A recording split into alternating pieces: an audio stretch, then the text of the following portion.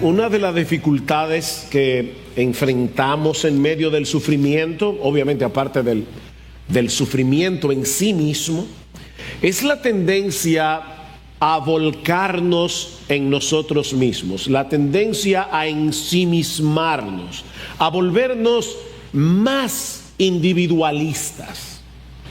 Cuando estamos en medio de una situación aflictiva, todos nosotros corremos el peligro de caer en la trampa de la autocompasión, de llegar a experimentar una excesiva preocupación por nosotros mismos que nos lleve a desentendernos de las aflicciones y de los problemas, de las necesidades de los demás.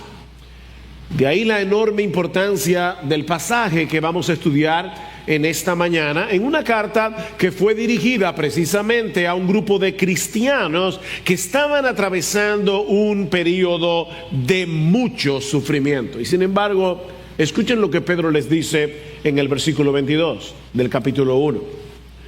Puesto que en obediencia a la verdad habéis purificado vuestras almas para un amor sincero de hermanos, amaos unos a otros entrañablemente, de corazón puro, pues habéis nacido de nuevo, no de una simiente corruptible, sino de una que es incorruptible, es decir, mediante la palabra de Dios que vive y permanece para siempre. Porque toda carne es como la hierba, y toda su gloria como la flor de la hierba. Sécase la hierba, cáese la flor, mas la palabra del Señor permanece para siempre. Y esta es la palabra que os fue predicada.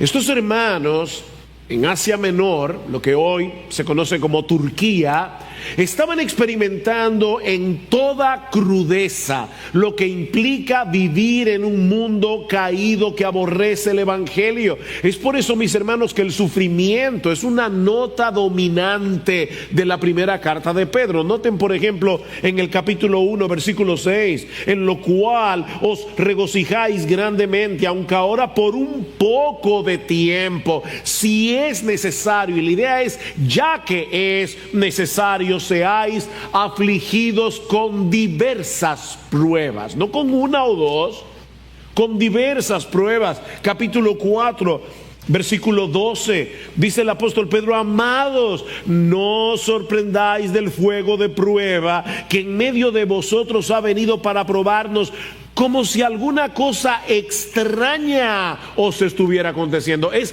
lo más normal que los cristianos sufran. Capítulo 5, versículo 9, hablando acerca del ataque de Satanás, que como un león rugiente está buscando a quien devorar. Pedro dice: pero resistidles firmes en la fe, sabiendo que las mismas experiencias de sufrimiento se van cumpliendo en vuestros hermanos en todo el mundo. No hay un lugar en esta tierra libre de sufrimiento. Estos hermanos estaban sufriendo. Y el mismo autor de la carta, el apóstol Pedro, solo unos meses más tarde, luego de haber escrito esta carta, iba a morir, y según la tradición, iba a morir crucificado boca abajo en la persecución de Nerón en el año 64. Y ya Cristo le había predicho que él iba a morir en una manera trágica. ¿Recuerdan Juan capítulo 21? Y sin embargo es Pedro el que exhorta y anima a estos lectores a amarse unos a otros con un amor sincero, con un amor entrañable. De manera, mis hermanos, que la enseñanza de este pasaje es sumamente relevante para nosotros hoy, en medio de la pandemia que estamos experimentando, en medio de todo el dolor, de todas las dificultades que ha venido con la pandemia, y eso sin contar, ¿verdad?, todas las aflicciones que nosotros tenemos que enfrentar en este mundo, con pandemia o sin ella. Debemos amarnos unos a otros. Ahora, antes de considerar el contenido de esta exhortación, debemos detenernos a ver con detalle la obra que Dios hizo en nosotros los creyentes para que seamos capaces de amarnos unos a otros. Ese es mi primer encabezado. La obra que Dios hizo en nosotros los creyentes para que podamos amarnos unos a otros. Mis hermanos, si enfocamos el deber de amarnos unos a otros sin tomar en cuenta la obra de Dios en nosotros, vamos a cansarnos antes de empezar. ¿Cómo podemos dedicarnos a amar a los demás cuando nosotros mismos estamos en medio del dolor, cuando nosotros mismos estamos en medio de un montón de dificultades? ¿Cómo tú me dices a mí que ahora yo tengo que amar a los otros? Versículo 22. Capítulo 1, versículo 22. Puesto que en obediencia a la verdad habéis purificado vuestras almas para un amor sincero de hermanos, un amor fraternal. Filadelfia es la palabra que aparece allí. Amaos unos a otros entrañablemente de corazón puro. Podemos amarnos unos a otros con el tipo de amor que Pedro describe en este pasaje, porque Dios purificó nuestras almas. Hay algo que hizo Dios.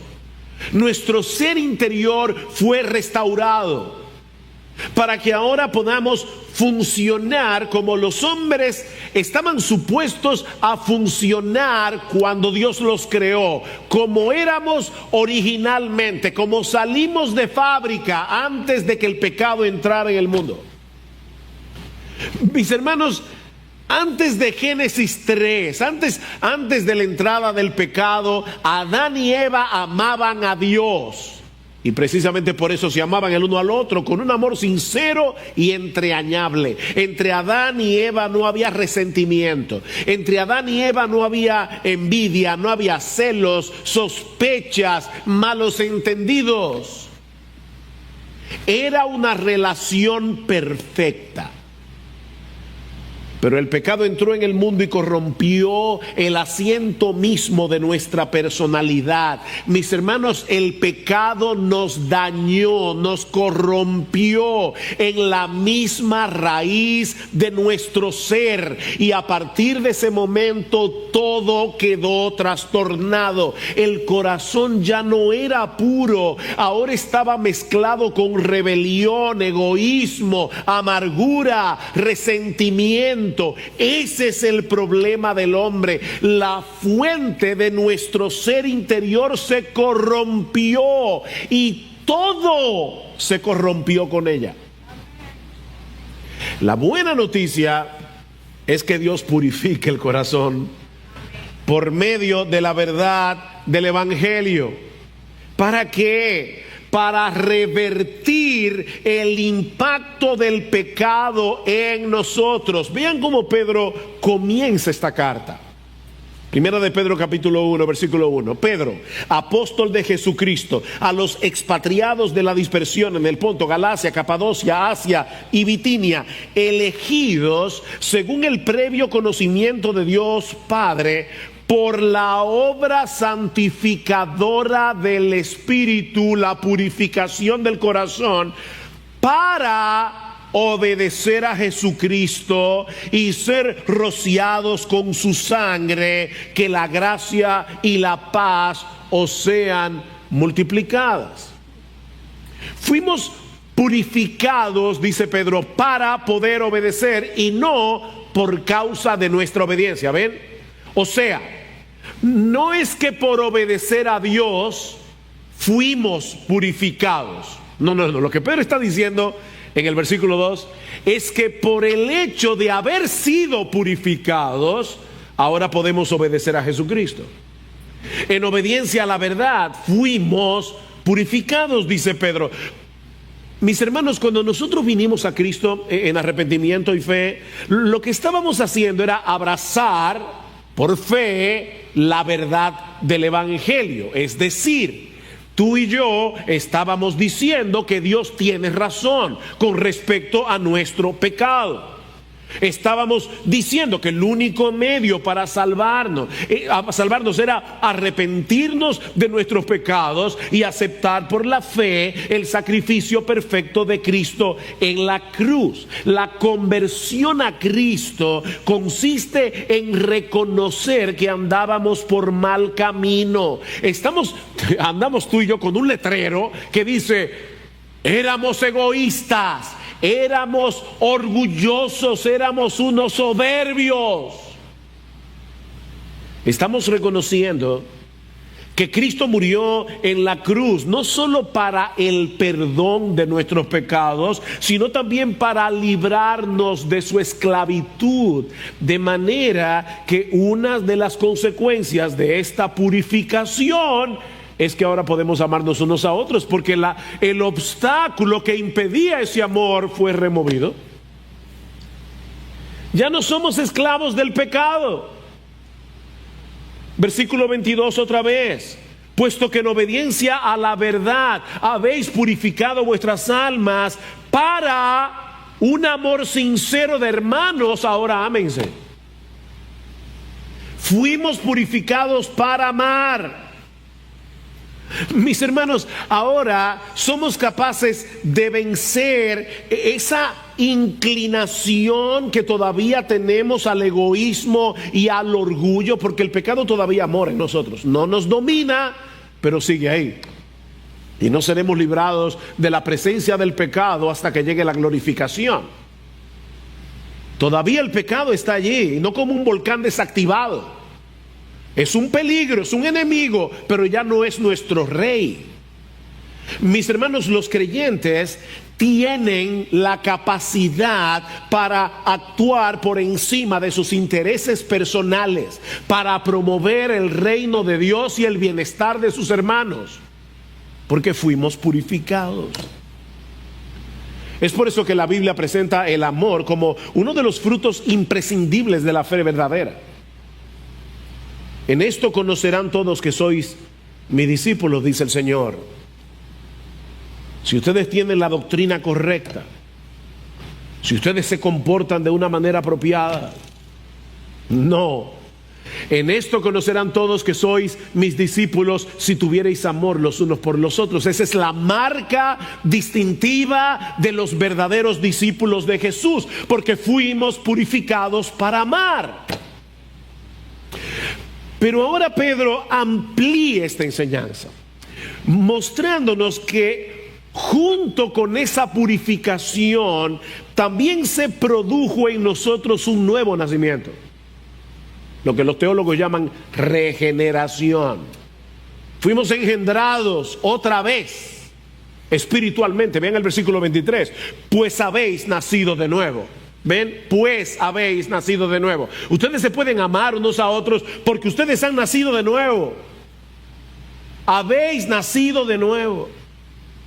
Yo no sé cuántos de ustedes recuerdan que cuando Jimmy Carter fue elegido presidente en el año 1977, se popularizó la frase cristianos nacidos de nuevo, porque se decía: Jimmy Carter es un cristiano nacido de nuevo. Pero mis hermanos, eso es tan redundante como decir el agua mojada. El agua mojada. No existe un cristiano no nacido de nuevo. Ese espécimen no existe. El que no ha nacido de nuevo no es cristiano. El que no nace de nuevo no puede ver el reino de Dios, no puede entrar en el reino de Dios, le dice Cristo a Nicodemo en Juan capítulo 3. Ahora, lo que Pedro está resaltando aquí es la relación que existe entre el nuevo nacimiento y el amor. No perdamos el contexto. Ámense unos a otros porque ustedes han nacido de nuevo. La nueva vida que Dios nos imparte en la regeneración, que es el término, vuelvo y repito, que es teológico, apropiado para hablar del nuevo nacimiento. Esa nueva vida es conforme a la vida de Dios. Y Dios es amor. Ese es el argumento del pasaje que leyó Salvador al principio: amados, amémonos unos a otros. ¿Por qué? Porque el amor es de Dios. Todo aquel que ama es nacido de Dios. ha sido engendrado por Dios. Ahora Dios es su Padre. Todos nosotros tenemos características de nuestros padres. Nos parecemos a nuestros padres. Y no solamente en lo físico. A mí me sorprende aún cosas que yo podía criticar, sobre todo cuando era un adolescente, de mi papá, y verme a mí mismo actuando igual que él. Yo soy hijo de mi papá, pero también soy hijo de Dios, y por lo tanto yo tengo ahora el ADN de Dios en mi alma. Todo aquel que ama es nacido de Dios y conoce a Dios. El que no ama no ha conocido a Dios, porque Dios es amor. ¿Ven el punto que Pedro está planteando aquí? Juan también, en Primera de Juan. El nuevo nacimiento nos capacita para amar. ¿Por qué? Porque somos hijos de Dios y tenemos el ADN de Dios, y Dios es amor. Pero no solo llegamos a ser hijos de Dios por medio del nuevo nacimiento, sino también hermanos de todos aquellos que han sido regenerados por el poder del Espíritu de Dios. Somos salvos como individuos. Nadie puede arrepentirse por ti, nadie puede creer por ti, nadie puede madurar en la vida cristiana por ti. Eso es totalmente individual. Pero no fuimos salvados para ser individualistas.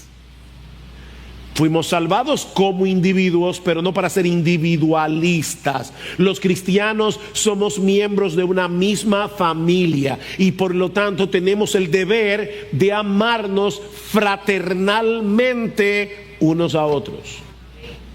Otra vez, que dice Juan, nosotros sabemos que hemos pasado de muerte a vida. ¿Cómo? En que amamos a los hermanos. El que no ama a su hermano permanece en muerte. Los cristianos debemos amar a todos los hombres, a todos los hombres, aún a los enemigos.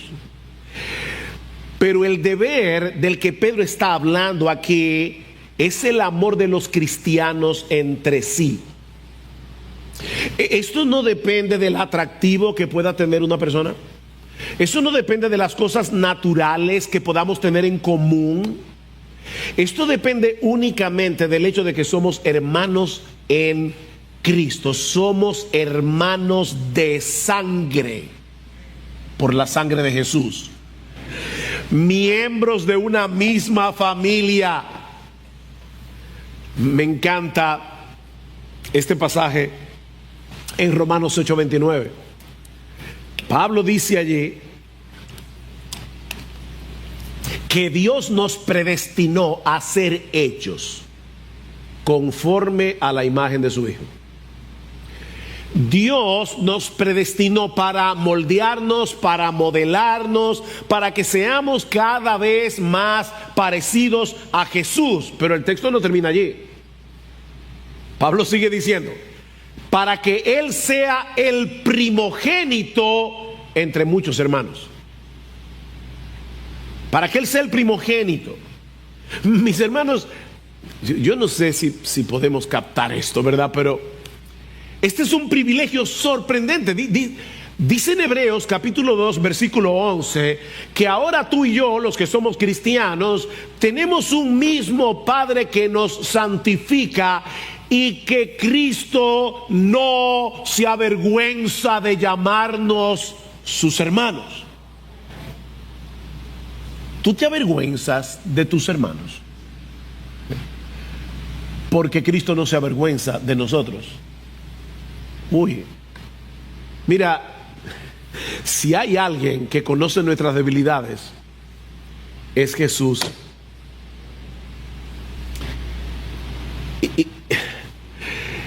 Y delante de los ángeles, y algún día delante de todo el mundo, Jesucristo nos va a traer delante de Él y le va a decir al mundo entero: estos son mis hermanos. Él no se avergüenza de llamarnos sus hermanos.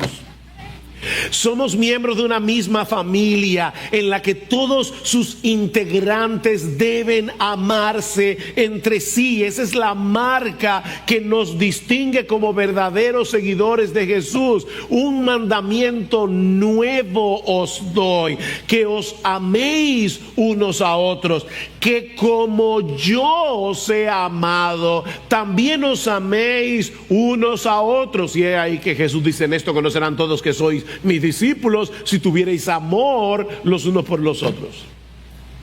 La vida de Dios en nosotros nos fue impartida por el nuevo nacimiento, y Dios es amor.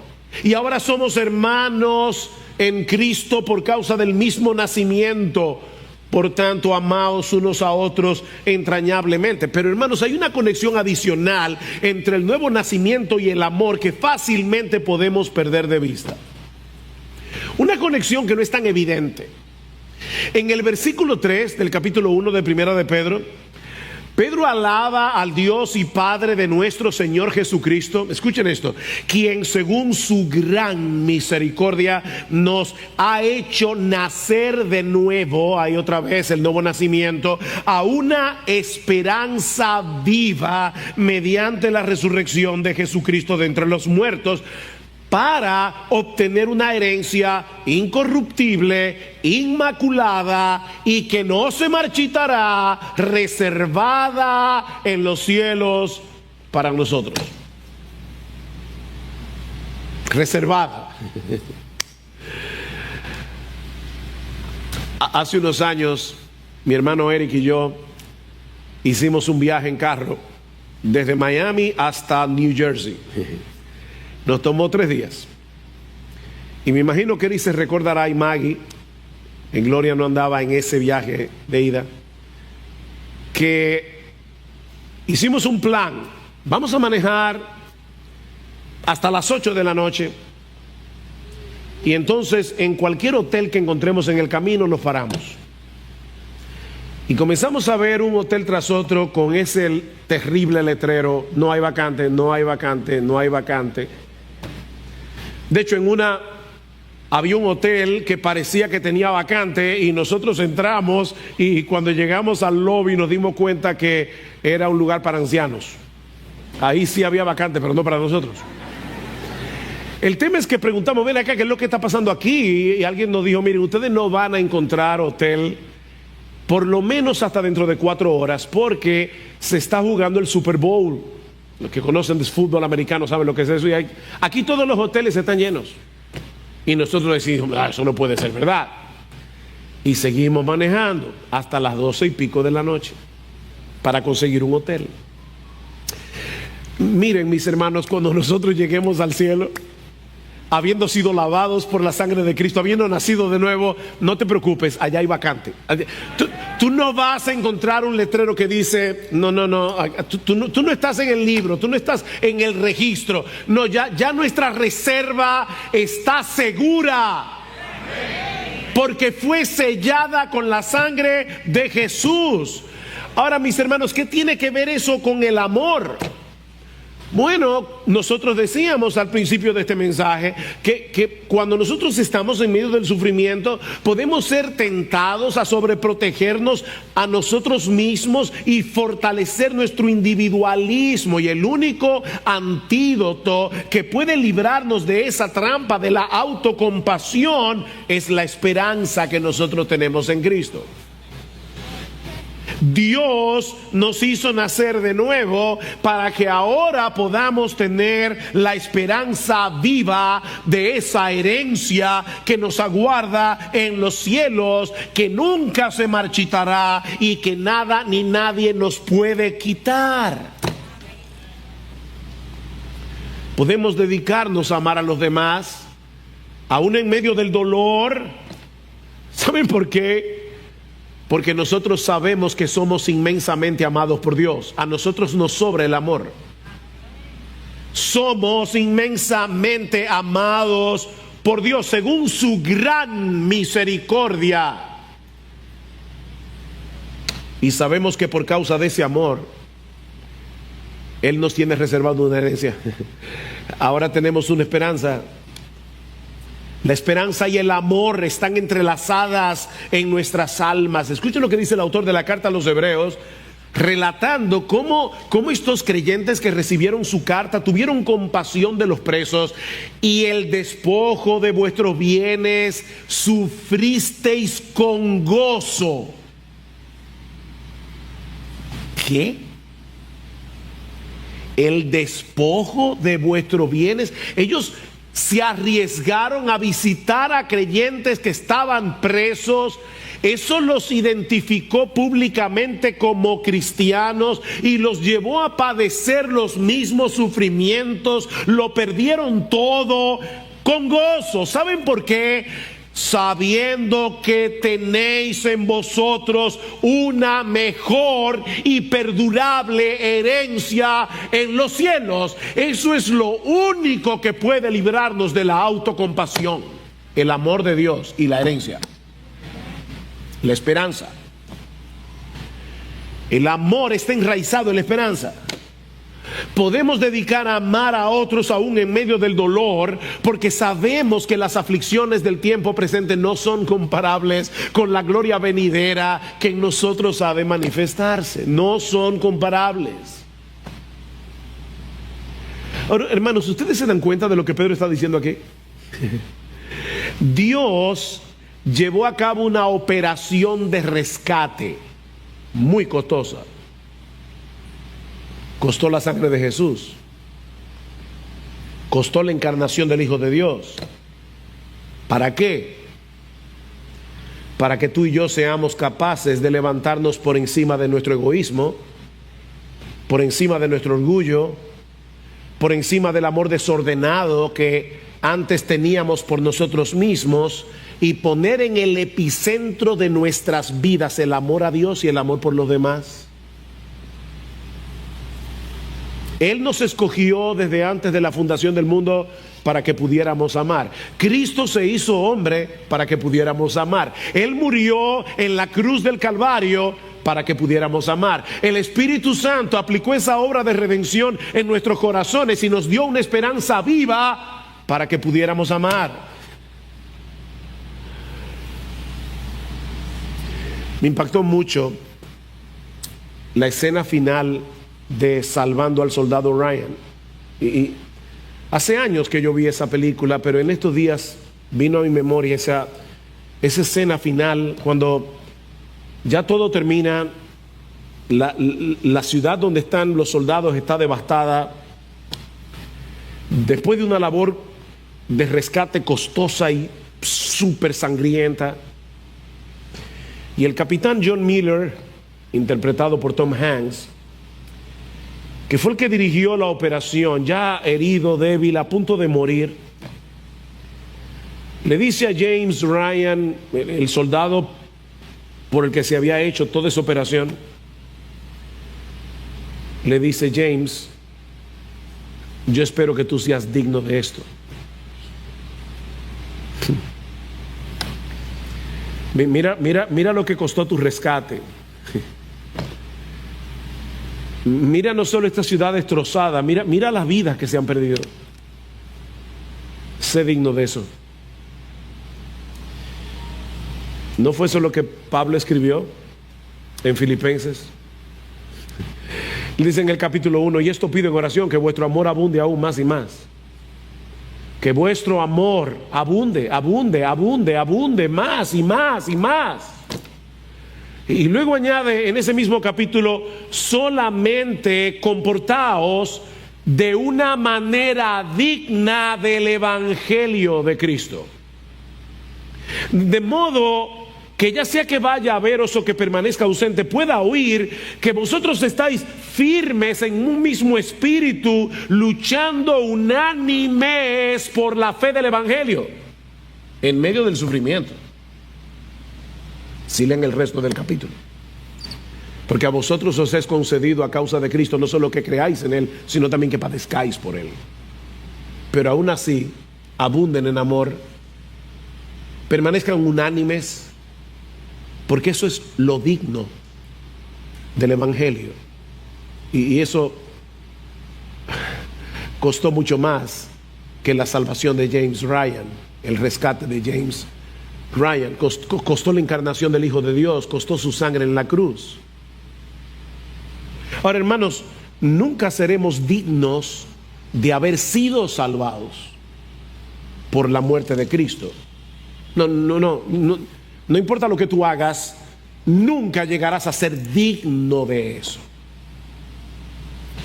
Pero lo que Pablo está diciendo aquí es que nosotros debemos vivir de una manera que sea coherente con esa operación de rescate.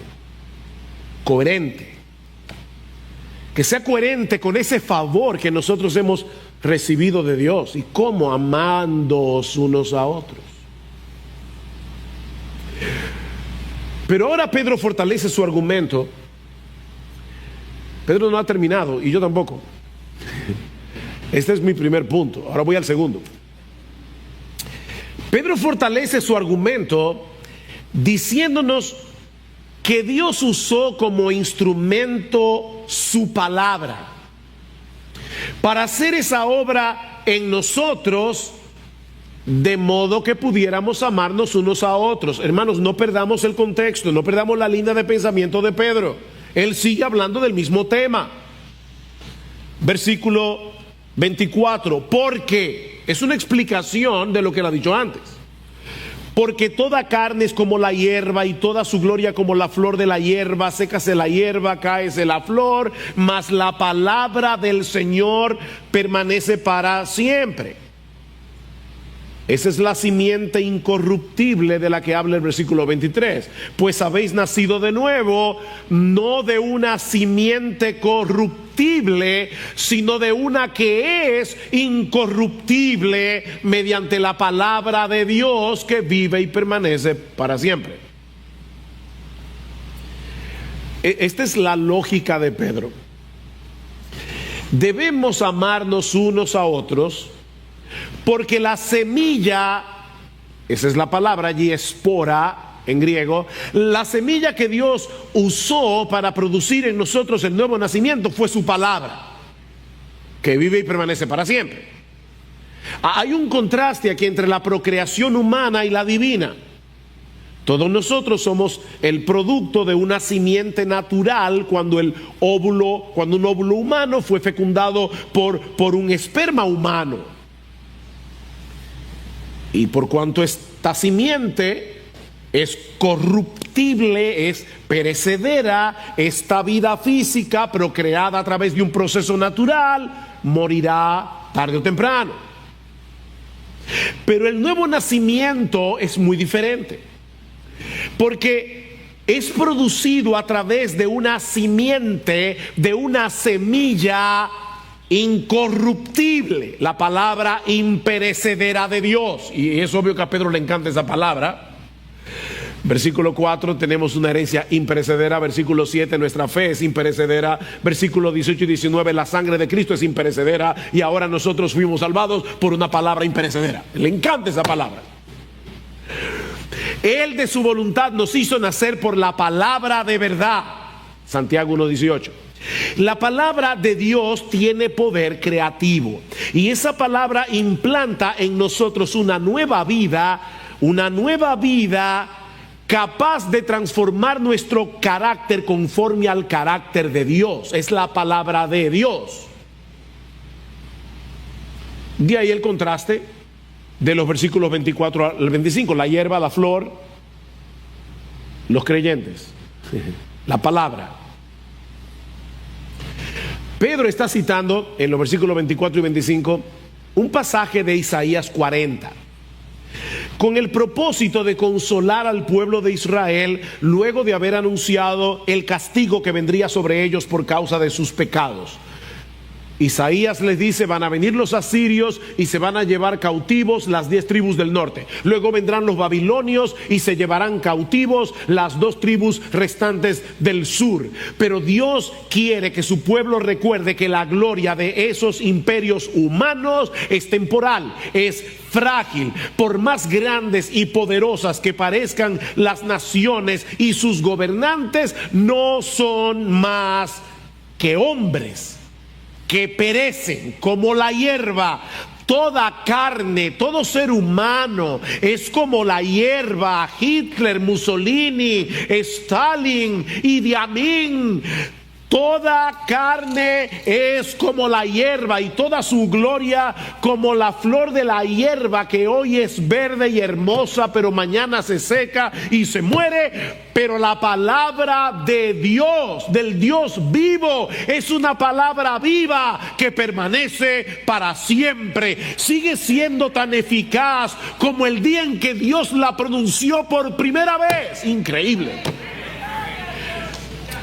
Y ese es el instrumento que Dios usa para producir en nosotros el nuevo nacimiento que nos hace capaces de amar.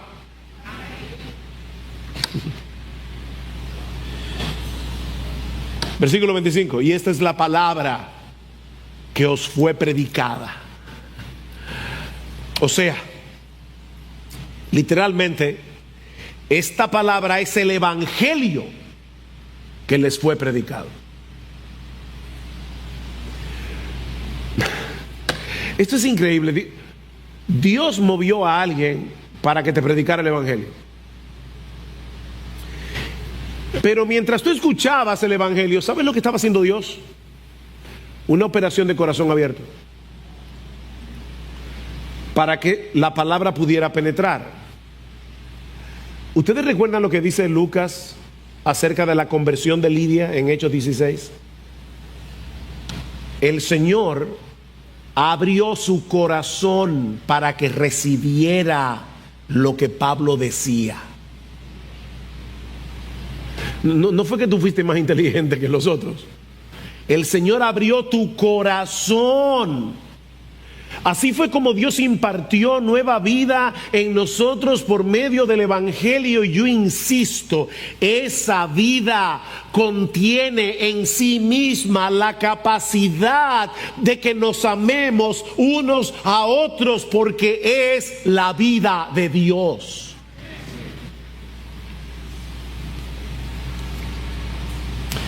Es por eso que Pedro en el capítulo 2 nos va a decir que esa misma palabra que Dios usó para transformarnos es la que Él usa para llevarnos a crecer en esa nueva vida. Versículo 1 del capítulo 2. Por tanto, desechando toda malicia, todo engaño e hipocresía, envidias y toda difamación. Noten que todo lo que Pedro dice en esa lista tiene que ver con nuestras relaciones interpersonales. Él sigue hablando del amor.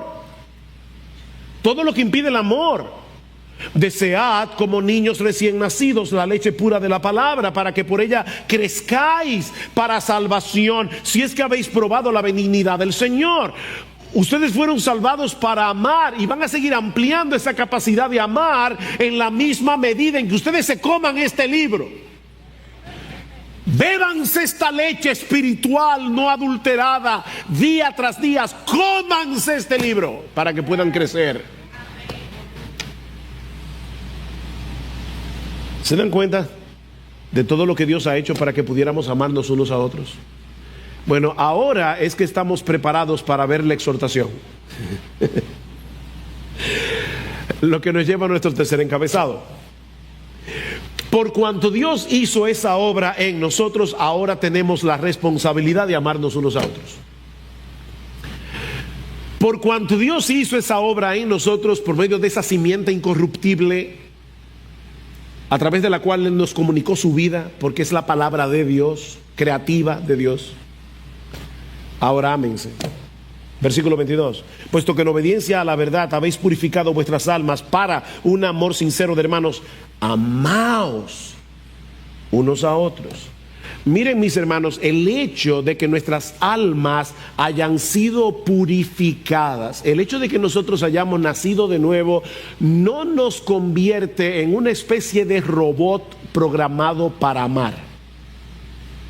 De ahí el mandamiento. De hecho, este no es el único mandamiento, este es el tercer mandamiento de Pedro en el capítulo 1.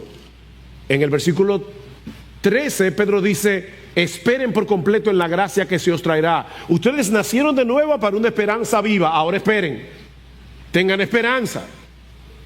Luego dice: para obedecer a Jesucristo. Versículo 14 al 16: sed santos porque yo soy santo. Tercera exhortación: ustedes fueron purificados para amar. Ámense. No es que nosotros somos ahora robots programados para obedecer, programados para ser santos, programados para tener esperanza. Hay algo que tú y yo tenemos que hacer.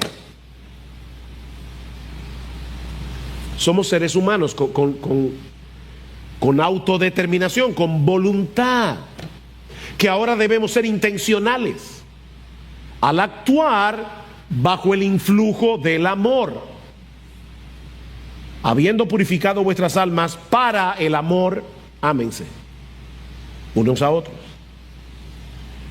Dispongan su voluntad para hacer aquello para lo que ustedes han sido capacitados para hacer.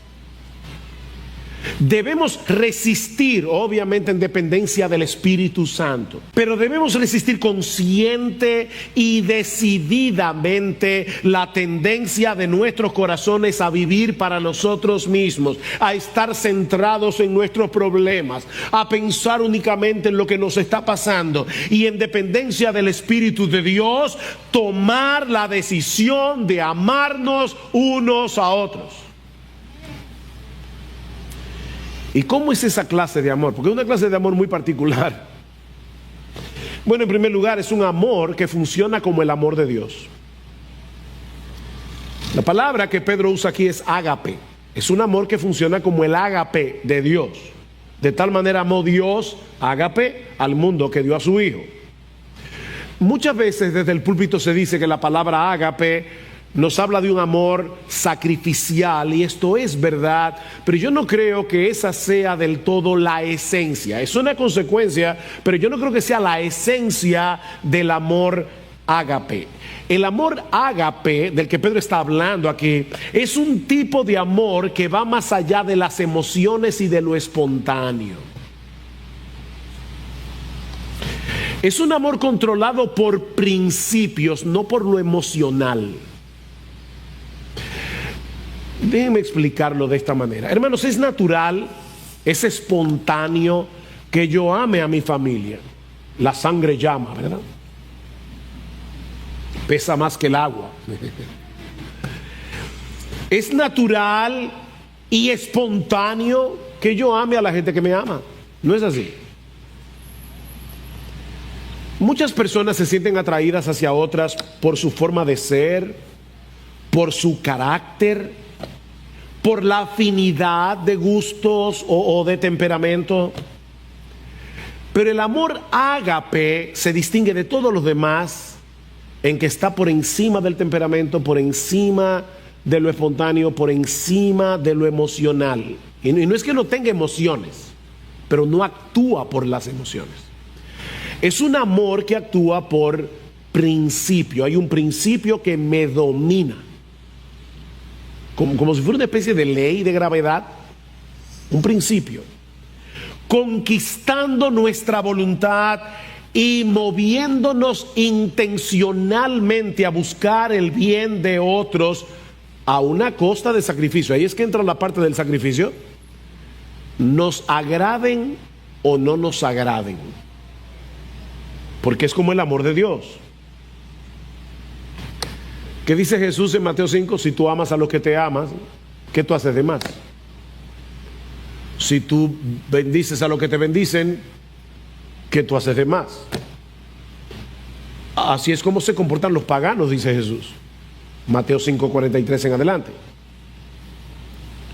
Lo que distingue el amor cristiano es el hecho de poder amar como Dios ama. Y no olviden que Dios nos amó cuando no éramos amables, cuando no merecíamos ser amados, cuando éramos desagradables para Él. Tú y yo, por nuestro pecado, éramos desagradables para Dios, pero Él decidió amarnos. Increíble eso.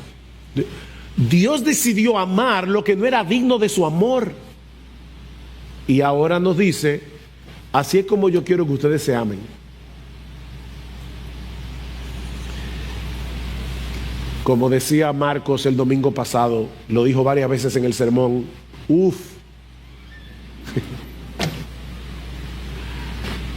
ay mi madre, para decirlo en buen dominicano. Es un amor como el de Dios. Ágape. Pero en segundo lugar, el amor del que Pedro está hablando aquí es un amor fraternal, es decir, es un amor de cristianos para cristianos. Y yo vuelvo a repetir, eso no quiere decir que los creyentes no tengamos la obligación de amar a todo el mundo, incluyendo a nuestros enemigos. En ese texto de Mateo 5, Cristo dice, eso es lo que va a mostrar que ustedes son hijos de Dios, porque Él hace salir su sol sobre malos y buenos, Él hace llover sobre justos e injustos, y así es como yo quiero que ustedes amen a todo el mundo. Pero el amor que los cristianos se tienen entre sí se va a manifestar de una forma particular, porque los cristianos tenemos ciertas necesidades que los incrédulos no tienen. O sea, los cristianos hacen por otro cristiano lo mismo que hacen por cualquiera.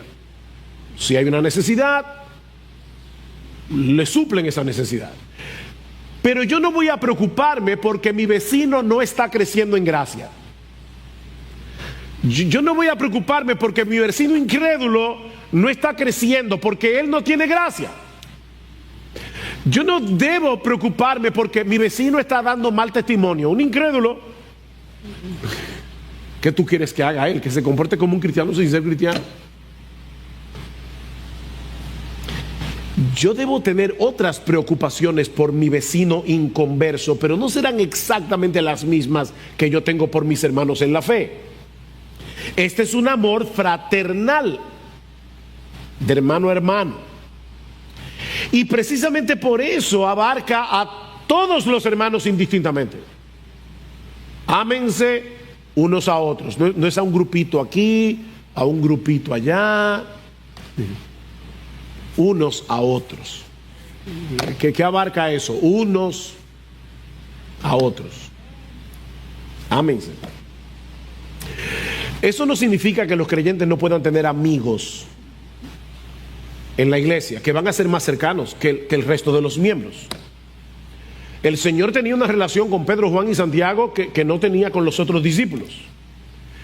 Pero mis hermanos, a la hora de tener que ayudar al necesitado, de poner mis dones en operación, de cumplir con todos los deberes unos a otros del Nuevo Testamento, oren por otros, amonéstense unos a otros, sosténganse unos a otros, sírvanse unos a otros.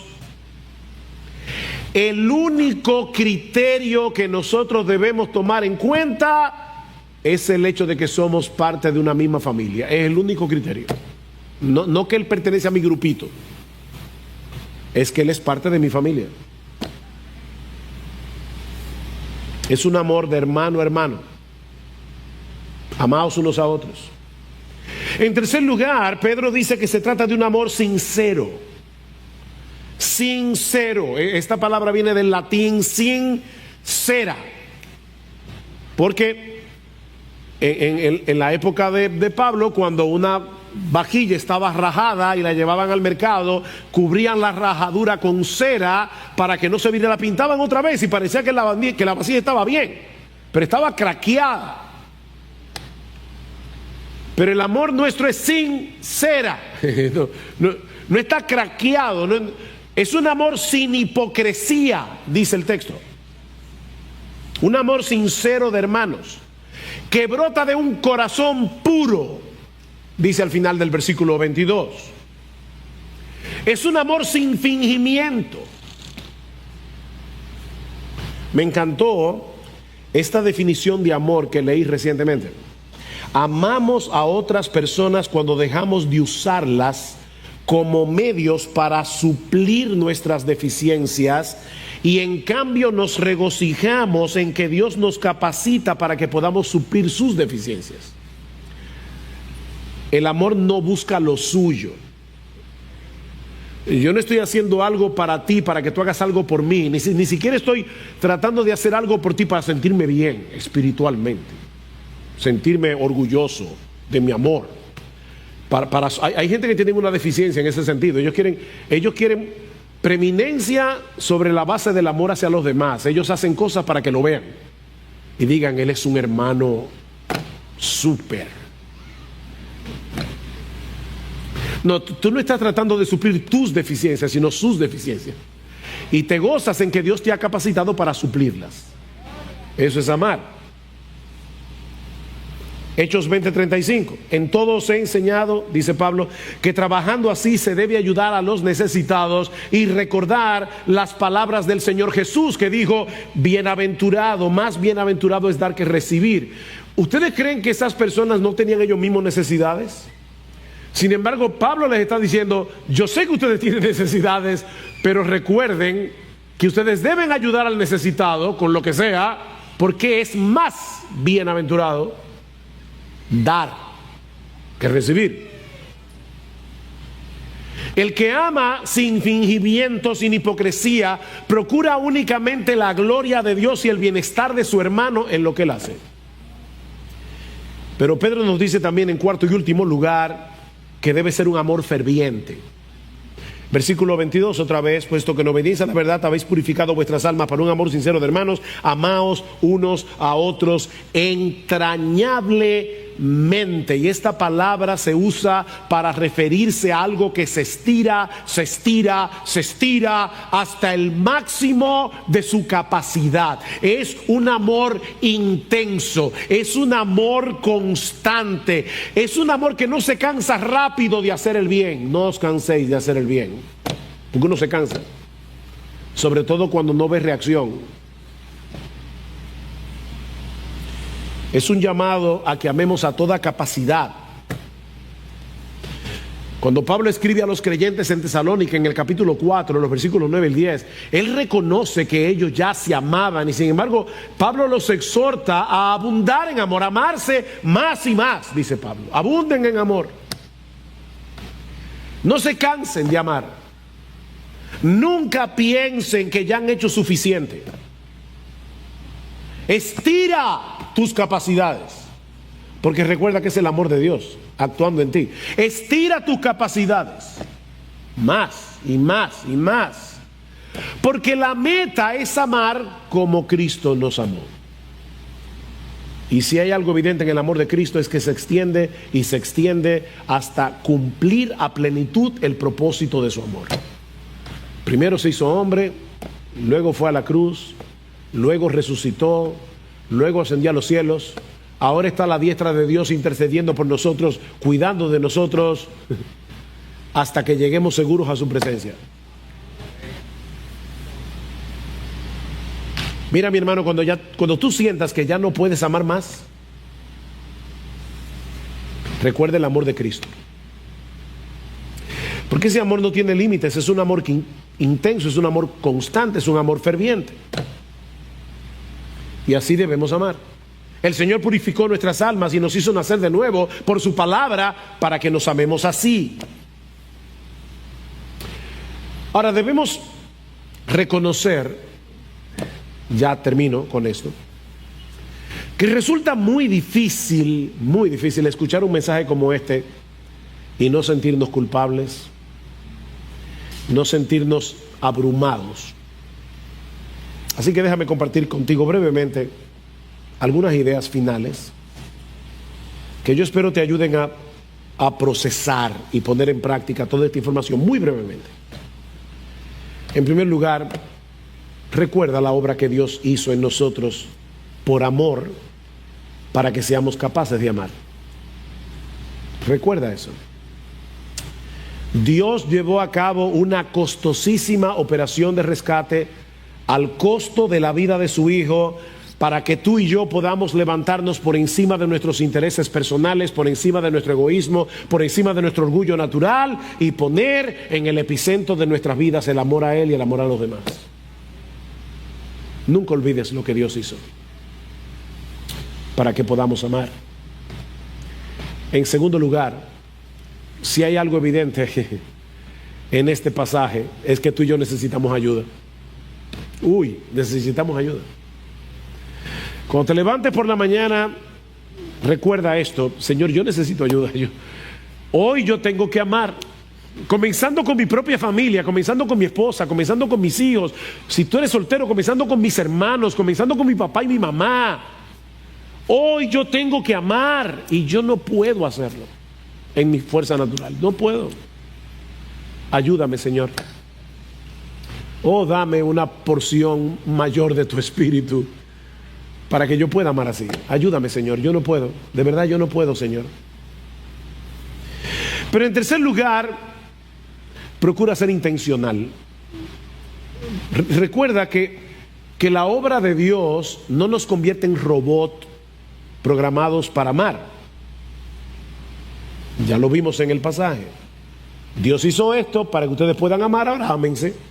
No es que, no te preocupes, eso va a salir solo. No, eso no va a salir solo. Porque el pecado todavía mora en nosotros. Hay una guerra para que no amemos. Así que procura ser intencional. El verdadero amor perdona. Lo veíamos el domingo pasado.